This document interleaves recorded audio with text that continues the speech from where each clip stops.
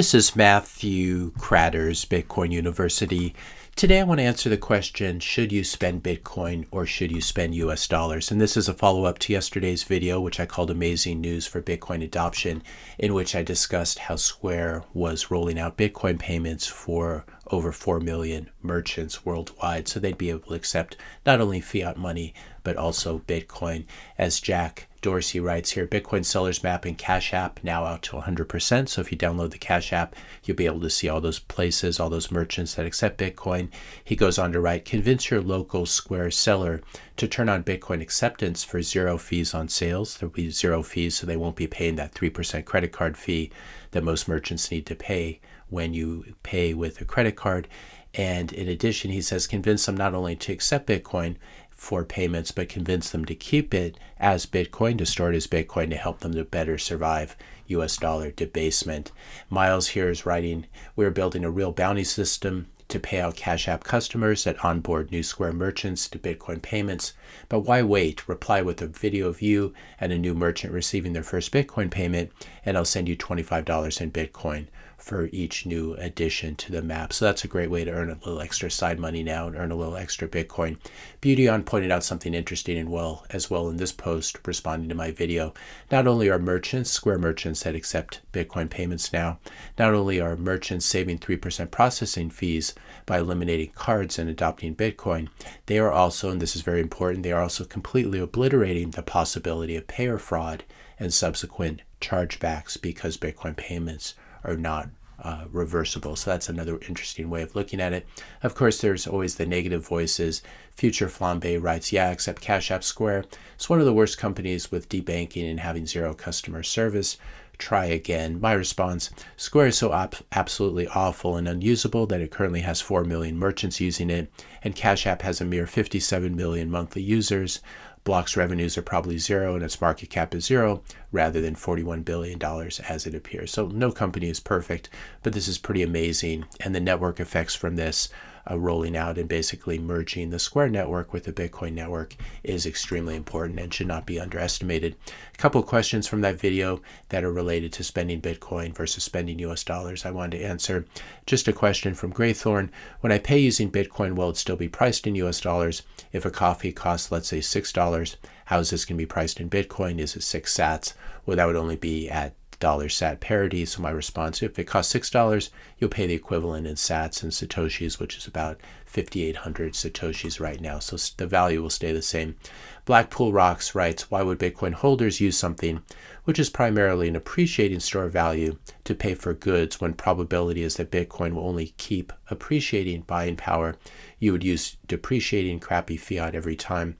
I used to believe this as well, but I've changed my thinking. My response, because money is fungible, and we're trying to jumpstart a circular Bitcoin economy. That's why you should spend in Bitcoin, because we're trying to get more and more people, including ourselves, to earn in Bitcoin and spend in Bitcoin. And then there's the further point. If you're sitting on any fiat, it's because you haven't yet spent it or converted it to Bitcoin. If you're going to spend the fiat anyway, convert it to Bitcoin right before you spend it with a Square merchant. We talked about spend and replace in yesterday's video. And then the most important point, Bitcoiners who have their entire net worth and income in Bitcoin have no choice but to spend Bitcoin if they don't want to starve. NCOM786, aren't we Americans legally required to calculate capital gains tax for every spend from our Aqua wallets, for example, whenever you spend Bitcoin, if you are spending it at a higher price than what you paid for it? In other words, if you have a capital gain on it. He writes, how are we supposed to be able to do that if we have hundreds of small DCA buys at different prices? We could use the Strike wallet, for example. I think they'll provide you with a tax record at the end of the year. Technically, I write, yes, technically you have to pay taxes, assuming you have a profit on the Bitcoin that you're spending, but I don't think you're going to go to jail for failing to pay $2 in taxes. Obviously not tax advice, and I'm not advocating for tax evasion, but it is important to notice that if you're just, if there's a tiny little gain here, I don't think anyone's really going to care. But again, you got to do what your conscience and what you think you should do. Crypto Ronin 3073 writes, just checked my city of 4 million and not one business is listed as accepting Bitcoin for payments. My response maybe was a little bit mean, but this would be how I respond. That's because you've never asked any of those businesses if you can pay using Bitcoin, and you've never asked anyone to pay you using Bitcoin. Just guessing, of course. Change starts at the grassroots level. So it's very important to recognize that all of us can do our part. And if everyone who's watching this went out and orange-pilled a friend, family member, or merchant, Bitcoin adoption would spread a lot more rapidly than it's spreading. If you're enjoying this video so far, just pause really briefly here to ask you to help to support the channel. Hit the subscribe button. That does really help. Leave a like, leave a comment, question, suggestion for a future video, and share this video with a friend or family member. RSC789 writes in, Matt, is it safe to say retail usage of Bitcoin won't really happen until capital gains tax is removed completely? My response, no, I'm already using it, as are many others, spending Bitcoin. Storing your wealth in Bitcoin and watching it appreciate more than makes up for the capital gains taxes. A lot of people don't realize this, so I thought I would create a sample transaction here just to show how this works.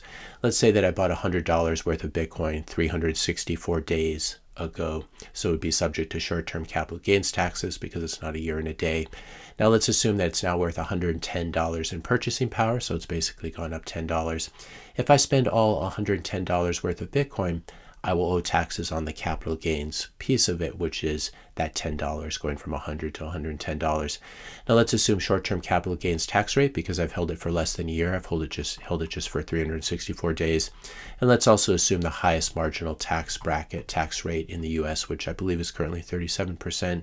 So even after paying 37% of $10 in taxes, that would be, or 37% on $10 in capital gains, that'd be $3.70. And so I'd still have left over $106.30, which is more than I started with, that $100 almost a year ago. And if I'd held that $100 in fiat for about a year instead, it would now essentially have purchasing power of about $92. So that's important to keep in mind. Reminder, in all of this, taxation is theft. The government is a crime cartel that runs an extortion racket. That's really what this is. And we could all get rid of it if we all, no one wants to go first, but if we all refuse to feed the beast, this thing would go away. And I think it's important to keep this in mind, the end goal of this movement, at least as I see it, not today, but as soon as possible, to earn in Bitcoin and spend in Bitcoin, and thus to completely bypass this crime cartel, which is the government, and starve it to death. Private Uploads Geo2625 writes, is the future of currency, is it digital, whereas wealth is still analog as it can't easily be stolen from you by someone on the other side of the world? I write in, I'm going to guess that even today you interact with digital money 99% of the time, and you hold much less cash in your pocket or purse than you did 10 years ago. That's the trend. You need digital money. This is important. You need digital money for global trade and global communications. So you can pay for stuff over the internet so you can settle global trade, and you don't have to put shiny yellow rocks on airplanes and boats to settle trade. That just doesn't work. And that leads to paper gold. And basically that's what led to the fiat system, because people basically were using more money than was backed by gold. McCory, Texas writes, it doesn't matter if you save 3% in processing fees. These would be the merchant credit card fees. It doesn't matter if you save 3% in processing fees if the thing tanks 10%. By the thing, I assume Mr. Corey, Texas means Bitcoin. Bitcoiners never cease to amaze me. My response, fiat money like the US dollar loses about 8 to 10% per year in purchasing power, and maybe even more depending on the basket of goods and services that you consume. For example, if you're in the market currently for college tuition, medical care, or even houses in the US, you may find that they're going up faster than the CPI rate of inflation. So this is something to keep in mind as well. Everyone has a different basket of goods and services, and so everyone is subject to different inflation rates. But I can guarantee that your inflation rate for your household is not 2 or 3%. In the US, it's much, much higher than that. So fiat money like the US dollar loses about 8 to 10% per year in purchasing power, and that will accelerate as we approach hyperinflation and as the US dollar eventually dies over the coming decades. Meanwhile, Bitcoin gains purchasing power over time. You may have noticed that most Bitcoiners are wealthier than non-Bitcoiners. It's always the no-coiners who are worried that Bitcoin might go down 10%. Meanwhile, they're happy to earn 1% in their savings account and lose purchasing power of 10% every year. So they're not really consistent. Todd Higg writes, I will never use my Bitcoin for this. In other words, he'll never spend Bitcoin at Square merchants or anywhere else. As long as spending Bitcoin is considered a taxable event, It is not money. Currently, Bitcoin is nothing more than a store value, which is good enough for me as an early adopter. This adoption scheme will flop like all others before it. My response, Bitcoin will fail if every Bitcoiner adopts this same attitude, which I don't like. If everyone saves in Bitcoin and then spends in US dollars or other fiat instead of spending Bitcoin, bad things will definitely happen. Number one, on-chain transaction fees, which are paid to the miners and mining pools, on-chain transaction fees will suffer, and Bitcoin miners will not do well. But it is okay still to use L2s. Miners get paid for opening and closing Lightning channels, as well as splicing in and splicing out funds. But the important thing is to use Bitcoin, whether you're using L1 or L2. The other reason it's a problem if everyone saves in Bitcoin and then doesn't use Bitcoin for spending, US dollar payments are not censorship resistant, while Bitcoin payments are. So if you're relying on US dollars to spend, you may, or whatever fiat is in your country, you may reach a point where you're not able to spend your money because you're being censored. And I go on to write, ever have your PayPal account or bank account frozen? I've been hearing from a lot of people in the UK, this is becoming even more common there. So it's important. That's one great thing about Bitcoin. It's censorship resistant, and that's what makes spending it great and ensures that you'll be able to spend it in the future. If everyone's saving in Bitcoin but spending in US dollars, then the exchanges and other currency conversion places become single points of failure. If the government, for example, were to shut down Cash App and Square and Coinbase and River and Strike and Swan, all the other centralized exchanges, then most people would be unable to convert their Bitcoin into fiat for spending. They probably wouldn't know how to use decentralized exchanges or DEX or other peer-to-peer solutions. And so they'd end up figuring out a way to spend their Bitcoin anyway. If you're sitting on Bitcoin and you're being censored and you can't spend it US dollars, you're going to have to spend that Bitcoin eventually. Conclusion really is that the full use of money includes earning, spending, and saving using that money. And so this is what full adoption of Bitcoin looks like.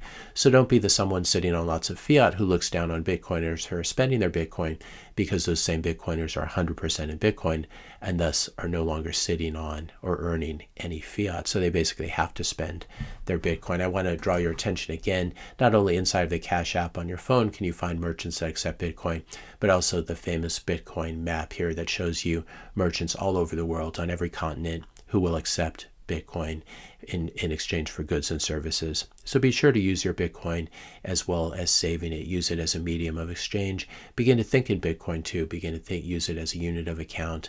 And so you know that a coffee costs about 5,000, 6,000 sats currently. If you enjoyed this video, be sure to hit the subscribe and like buttons. Hit the notification bell if you want to be notified when I publish my next video. And let me know your questions and comments in the comment section below. Thanks a lot for watching, and I'll see you in the next video.